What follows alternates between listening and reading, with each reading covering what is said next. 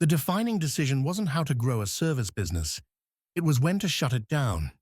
After a decade of steady execution, a profitable industrial maintenance company faced a structural shift it couldn't outwork, forcing its founder to choose between slow collapse and a clean, intentional exit.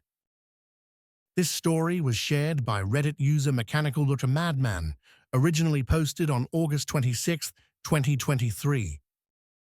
The business began in 2012 as a one-person industrial maintenance operation. One truck, one set of tools, and a simple goal: capture the full value of skilled labor rather than sell it by the hour as an employee. For years, growth wasn't the objective.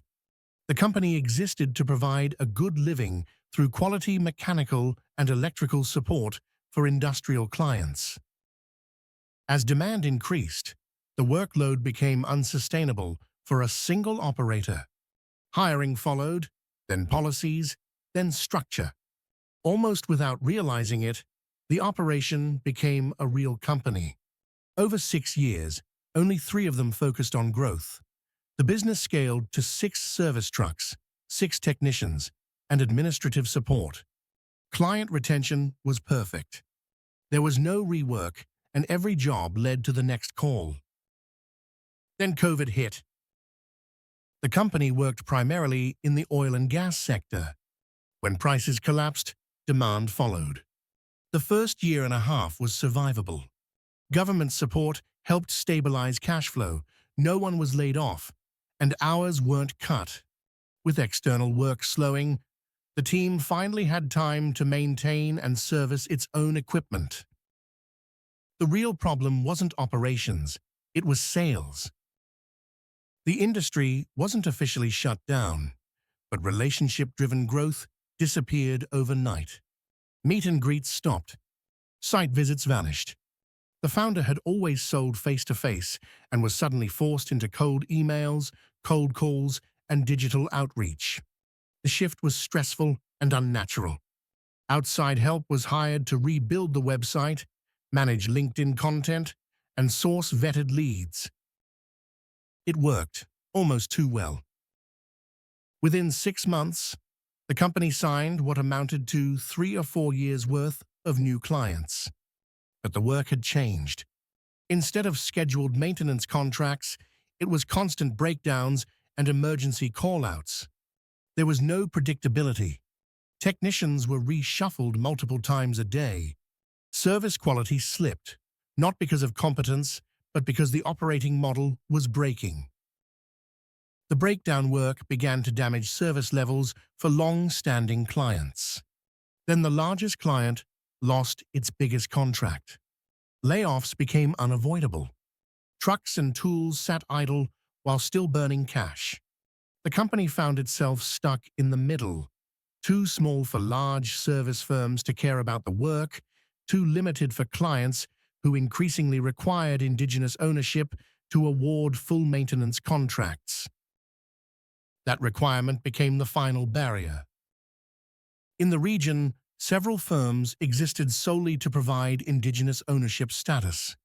Every offer looked the same: form a new company at the operator's expense, transfer all assets and contracts, retain all liabilities in the old entity, give up 51% ownership, and pay 7% off the top, profit or not.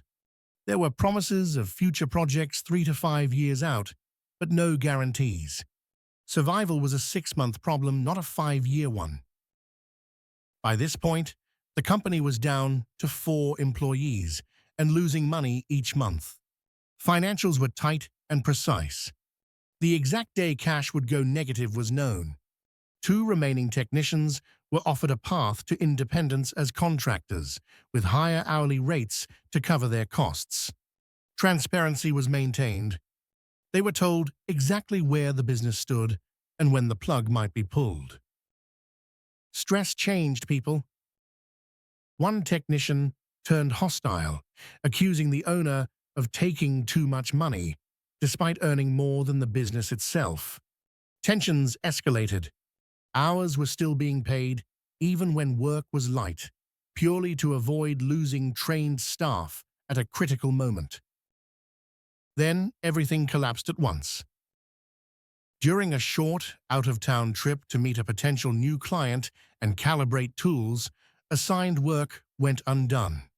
Materials weren't picked up. Jobs stalled for no clear reason. When confronted, one technician admitted to waiting 2 days for an email related to an orientation scheduled for the following week. That delay would have pushed 3 days of work the company could not afford to lose. The decision was made on the spot. Before leaving the parking lot, the last steady contract client was called and informed the company would shut down at the end of the following week. This was 2.5 months before the business would have run out of money, but it was the moment control still existed. The remaining employees were told the truth. One technician, who had stayed professional throughout, was helped to start his own operation. Safety manuals, job plans, and tools were provided. He stepped seamlessly into the market and continued working successfully as a one-truck operator. The other technician received nothing. No interference, but no help. Within a week, clients began calling back, unhappy with the service they were receiving. Those contracts were redirected to another trusted operator and eventually sold. The disruptive technician ended with no business and no clients.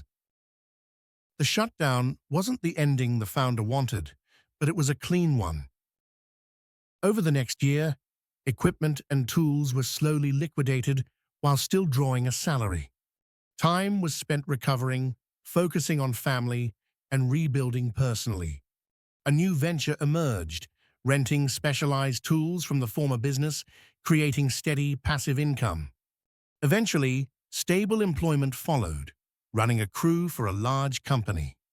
The work was less stressful, if monotonous. Education came next: school, e-commerce, marketing. A new venture planned for January. The service business still exists on paper and could be restarted at any time. Old clients still call, asking for a return. The answer is always no. Some businesses fail because they aren't good enough. Others fail because the environment changes faster than effort can compensate.